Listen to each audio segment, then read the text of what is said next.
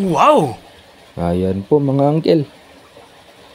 Bitsuelas naman po ang ating tirada ngayon. Swabing swabe po yan. Pagka bitsuelas po kasi ang nababanggit, kadalasan po ang inahalo pata po ng baboy. Pero ang akin pong hinalo ay tenga ng baboy at may laman-laman, saka may halo na rin pong taba-taba. Swabay po ito mga uncle. Tibag na naman po ang isang kalderong kanin.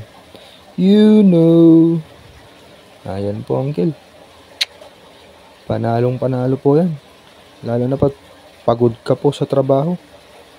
Swabing swabe. Balik na naman po ang lakas ng ating pangangatawan. Let's go!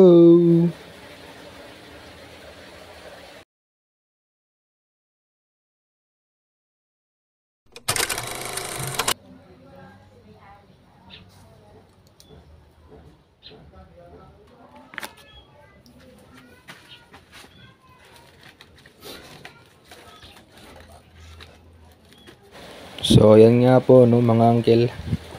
Kung nagtataka po kayo kung bakit may mga kahoy sa ibabaw na yan, akin pong pinaibabaw dahil medyo basa po. Nang sa ganun ay matuyo-tuyo at maganda po siyang igatong. Let's go!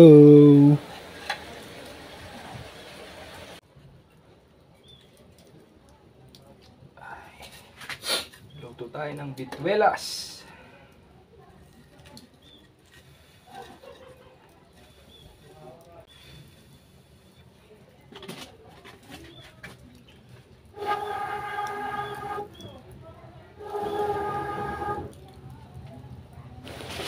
May katagalan nga lang po ito iluto mga uncle at auntie. Mga 3 oras dahil matigas po ang white beans. Sabay na rin po ng pagpapalambot ng ating karne ng baboy. You know. Salukuyang nakasalang ang ating niluluto. Ang ating pong lulutuin mga uncle ay bitsuelas o white beans kung tawagin. You know. So ayan guys, mapakita ko sa inyo pala. Ayan, kumukulo na. Ayan po, beans. Sa amin po tawag ay bitwelas. Kita ba? Ay hindi kita. Yun.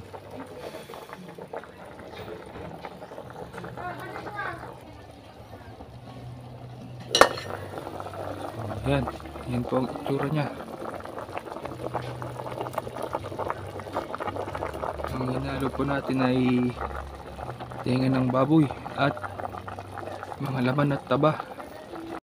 Yan naman po mga uncle. Babalikan ko kayo pag malambot na. Pero mas okay po siguro kung papanoorin nyo habang niluluto.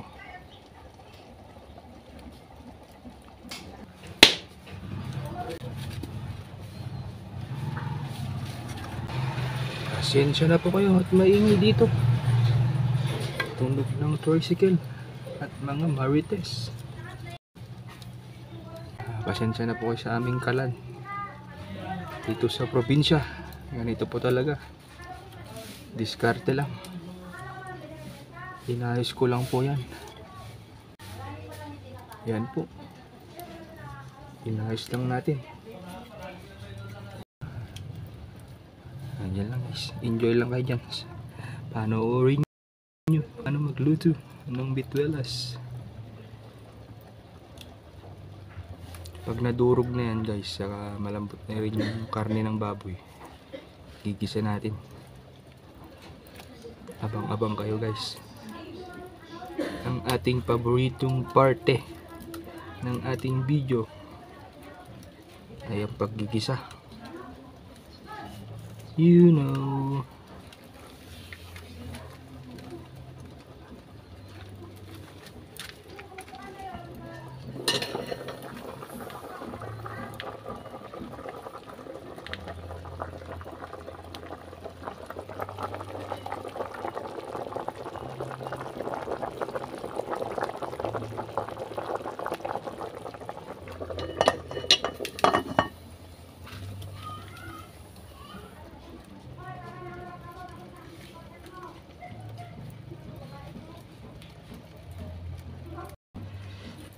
Nakapokus na po tayo sa video dahil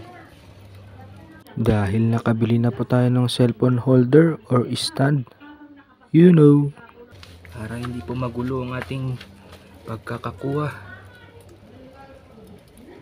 at magalaw po.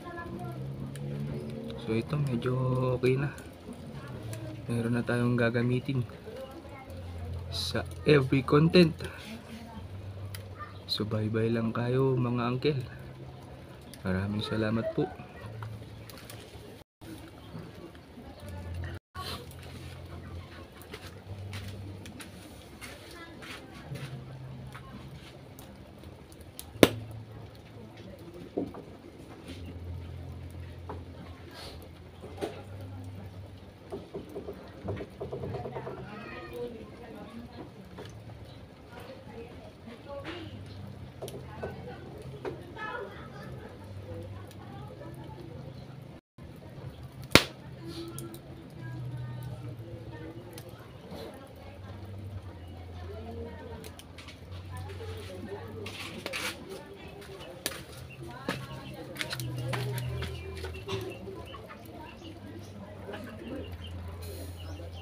Tiyaga-tiyaga lang po tayo sa pagluluto gamit ng kahoy mga uncle.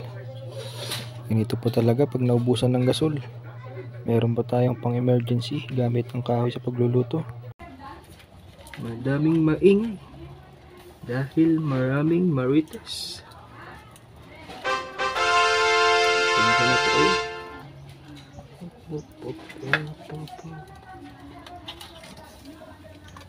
Apoy na siya. Baka magsunog. Tingnan natin to.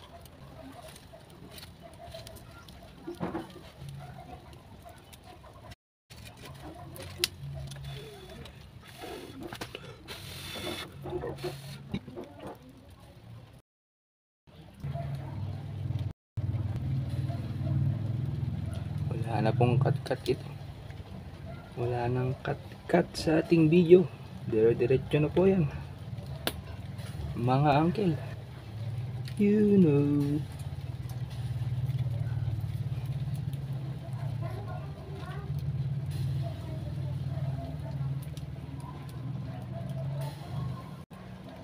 lang po kayo dyan, chill. Standby lang po.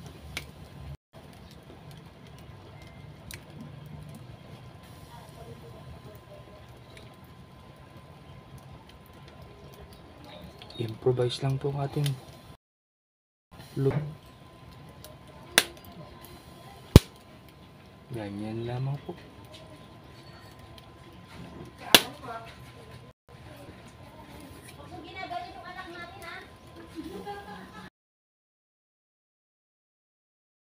So ito guys, balikan naman natin ang ating ilalaga na bituelas. Oh, nalaglag na. Sorry po. Ganyan ka na. Ayun. Medyo malapit na pumaluto yan. Saglit lang po. So, ito po. Ganito po ang kanyang itsura. Ayan. Ganyan lang po. Oh. Palambot na po yan. Beans, white beans kung tawagin. Pero sa amin, bituelas. Masarap po yan sa taglamig. Sa maulan na panahon.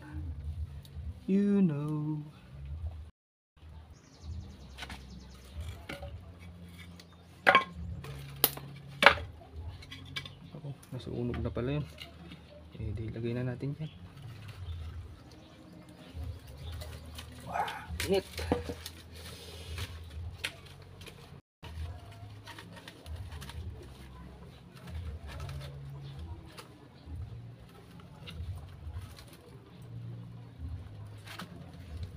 Yan. Okay na. Swabe na naman ng sabaw. Oh, ayusin natin kahoy guys. Mga uncle. Welcome sa Uncle Tony TV. Sana po ay lagi kayong nakasubaybay. Maraming salamat po. You know.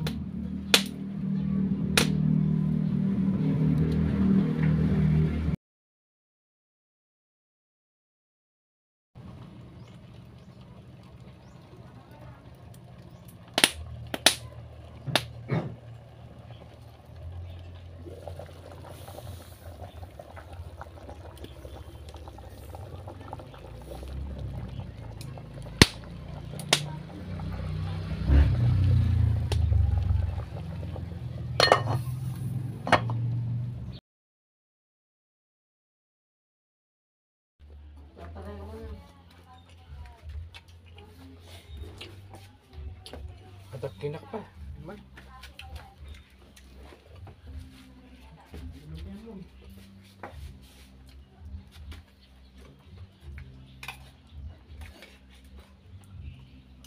Irma?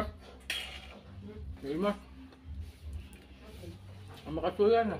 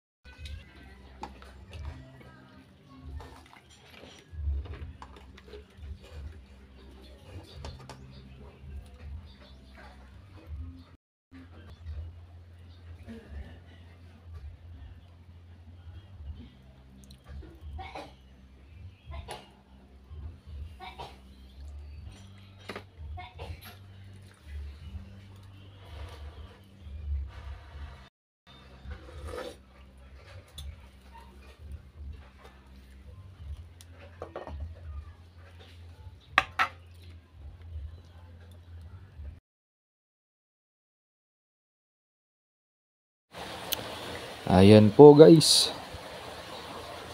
Luto na po ang ating ilulutong bitwelas. Pero yung pechay, medyo hilaw pa po yan. Atin po munang lulutuin. Hindi ko na, pasensya na po pala. At hindi ko na po naipakita sa inyo ang paggigisa. Dahil nabitin na po sa oras. Pero ayan guys, simpleng-simple lang po ang pagkakatirada nito at paggigisa. Bawang in sibuyas lang. Pwede na po yun. Ayan po, nilipat ko lang po siya. Nang sa ganun ay magandang maaliwalas tignan. Food trip na naman po tayo mga uncle. Tipag na naman po ang isang kalderong kanin. You know. Panalo na naman po yan mga uncle. Sana po ay nagustuhan niyo ang video na to. Like and subscribe. Let's go!